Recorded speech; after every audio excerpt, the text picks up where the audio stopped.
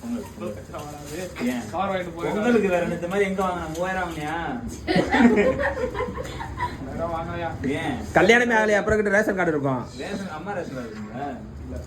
சரி நான் பொங்கலை பத்தி சொல்லிட்டு போட ஏதாச்சும் தட்டுலாம் வராது. பெண்களை பத்தி சொல்லப்ப அது நிறைய வருமே.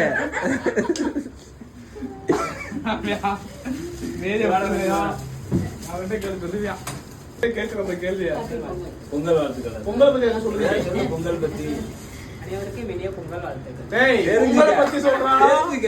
சிவனாண்டி இந்த கேமரா மாட்டவே மாட்டேன். நீங்க ஏதாவது பொங்கல் வாழ்த்து சொல்லு.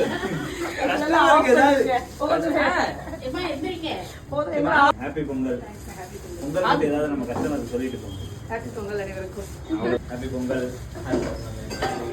கஸ்டமருக்கு ஏதாச்சும் நம்ம தமிழர் பண்பாடுன்றது பொங்கல் வச்சு ரொம்ப ஸ்ட்ராங்காக இருக்கும்.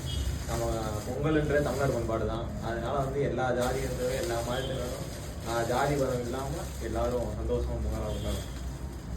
நம்ம மதுரை கிஃப்ட் வந்து எல்லாருக்கும் இனிய பொங்கல் திருநாள் நல்வாழ்த்துக்கள். எல்லாரும் பொங்கலை நல்லபடியா கொண்டாடுங்க.